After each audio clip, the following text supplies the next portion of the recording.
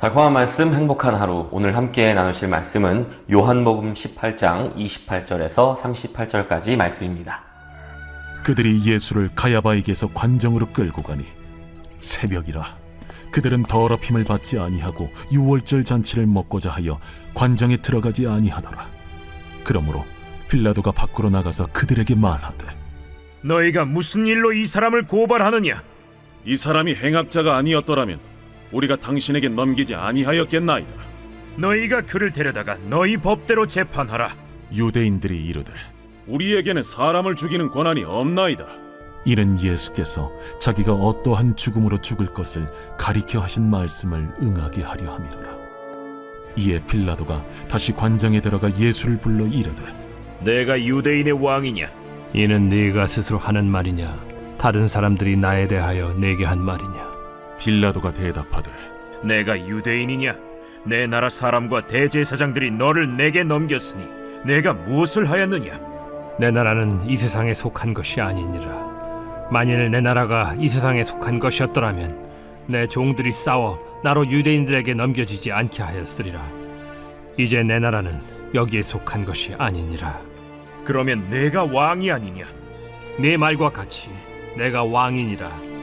내가 이를 위하여 태어났으며 이를 위하여 세상에 왔나니 곧 진리에 대하여 증언하려 함이로라. 무릇 진리에 속한 자는 내 음성을 듣느니라. 진리가 무엇이냐? 이 말을 하고 다시 유대인들에게 나가서 이르되, 나는 그에게서 아무 죄도 찾지 못하였노라. 사람들은 종종 누군가를 판단하거나 평가할 때 저 사람이 근본이 어디인지가 중요하다고 말하곤 합니다. 그것은 상황에 따라 누군가를 조롱하거나 모욕하는 표현이 되기도 하고, 또 때로는 존중과 경외의 표현이 되기도 합니다. 근본이란 사물의 본질이나 본바탕, 자라온 환경이나 혈통을 의미하는 말입니다. 오늘 요한복음의 본문은 어쩌면 우리에게 이렇게 묻고 있는지도 모릅니다. 당신의 근본은 어디에 속했는가? 너의 근본은 어디이냐? 하고 말입니다. 대제사장 가야바는 이제 이 재판을 빌라도에게 넘기고 싶어 합니다. 유대의 지도자들과 빌라도 사이에 오가는 대화를 보면 예수님에게 아무런 죄도 발견할 수 없다는 것이 너무나 명백합니다. 그들은 예수님께 억지 사형 선고를 내리지만 그것은 어떠한 근거도 명분도 없습니다. 예수님은 하나님의 계획에 의해 스스로 십자가에 달린 것이지 세상의 왕권에 굴복되신 것이 결코 아니라는 사실입니다. 요한복음은 이 부당한 재판에서 누가 진짜 죄인이고 누가 진짜 재판관인지 명백히 밝히고 있습니다. 예수님은 마치 어린아이들을 상대해 주듯이 이 재판에 임하고 계십니다. 로마 황제의 대리자 빌라도도 유대의 종교 지도자들도 모두 예수님의 왕권 아래에 있는 것이 명확합니다. 예수님의 왕권은 그들이 내세우는 세상의 왕권과는 비교가 불가합니다. 빌라도가 신문을 시작하면서 던진 질문은 의미심장합니다. 네가 유대인의 왕이냐? 예수님의 대답은 내 나라는 이 세상에서부터 온 것이 아니라는 것이었습니다. 그 말은 곧 예수님의 나라는 이 세상의 그 어떤 나라들과는 다르다. 그 뿌리가 다르다. 즉 근본이 다른 나라다라는 대답이었습니다. 따라서 그 나라는 이 세상의 법칙과는 전혀 다른 법칙을 가진 나라이며 전혀 다른 왕권이라는 말입니다. 그런 의미에서 예수님은 바로 그 나라의 왕이시지 단지 유대인들의 왕만은 아니었습니다.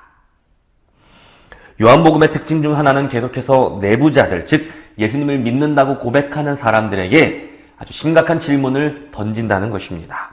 본질적인 질문을 던지고 있습니다. 오늘 본문에서도 요한복음은 이렇게 묻고 있습니다. 예수를 믿는다고 하는 사람들아, 너희는 과연 이 예수를 누구라고 하느냐? 하고 말입니다. 그렇다면 과연 우리는 정말로 그분을 나의 왕으로 여기고 있는가? 우리는 과연 그 나라의 백성이 맞는가? 바로 그 나라의 법대로 살고 있는가? 요한복음은 우리에게 바로 그 질문을 던지고 있습니다. 빌라도는 내 나라는 이 세상에 속한 것이 아니라는 예수님의 말씀을 듣고 전혀 이해하지 못했습니다. 그도 그럴 것이 그는 예수님의 나라와는 근본이 다른 세상에 속한 사람이었기 때문입니다. 그래서 빌라도는 다시 묻습니다. 아무튼 그래서 네가 왕이라는 거냐? 예수님은 자신만의 방식으로 질문에 긍정하시면서 자신이 진리에 대하여 증언하기 위해 태어나셨고 이 세상에 오셨다라고 대답하셨습니다. 이에 빌라도는 마지막으로 예수님께 묻습니다. 진리가 무엇이냐? 정답은 빌라도의 눈앞에 있습니다. 그렇기에 예수님은 대답하실 이유가 없었습니다. 예수님이 곧 길이요 진리요 생명이십니다. 빌라도는 정답을 눈앞에 두고 정답이 무엇인지 묻고 있는 것이었습니다. 요한복음은 우리에게도 묻습니다. 진리가 무엇이냐? 우리는 진리가 무엇인지 알고 그 진리를 따라 살고 있을까요? 아니면 우리도 빌라도처럼 멍한 눈으로 예수님의 눈만을 바라보고 있지는 않을까요? 진리이신 예수님의 말과 행동에 귀를 기울이고 그것을 본받는 것이 우리의 일상이 된다면 우리는 진리 안에 살고 있는 것입니다. 그 진리는 우리를 참으로 자유롭게 해줄 것입니다. 만약 우리가 진리가 아닌 다른 것에 의존해서 산다면 우리는 자유를 잃고 온갖 자기확신과 세상의 거짓말에 속아 폭력과 거짓, 불의와 중독과 혼란에 빠지게 될 것입니다. 예수님은 세상의 법칙에 굴복되지 않으셨습니다. 뿐만 아니라 세상의 왕권이 하듯 폭력과 거짓으로 자신의 왕권을 지키지도 않으셨습니다. 예수님은 자기 나라의 방식으로 왕권을 지키셨습니다. 세상이 볼 때에는 어리석은 방법이었지만 예수님은 세상이 알 수도 없는 놀라운 방법으로 자기 왕권을 지키실 것이고 이제 곧 오히려 세상의 왕권과 그것을 추종하던 모든 세력에게 사형 선고를 내리실 것입니다. 예수님의 나라가 택하는 방식은 세상이 보기에는 너무나 어리석은 방식입니다. 근본이 다른 나라이기 때문입니다. 이 세상의 논리로는 도무지 이해할 수 없습니다. 예수님의 나라, 곧 하나님의 나라는 이 세상과는 근본이 다릅니다. 그러면 다시 묻게 됩니다. 우리는 바로 그 예수를 왕으로 섬기며 그 나라의 방식을 진리로 믿고 따르며 살아가는 그 나라의 백성이 맞습니까? 그렇게 우리는 이 세상과는 본질적으로 다른 근본이 다른 하나님 나라의 백성이 맞습니까? 우리는 과연 세상의 방식을 거스르는 거룩을 살고 있을까요?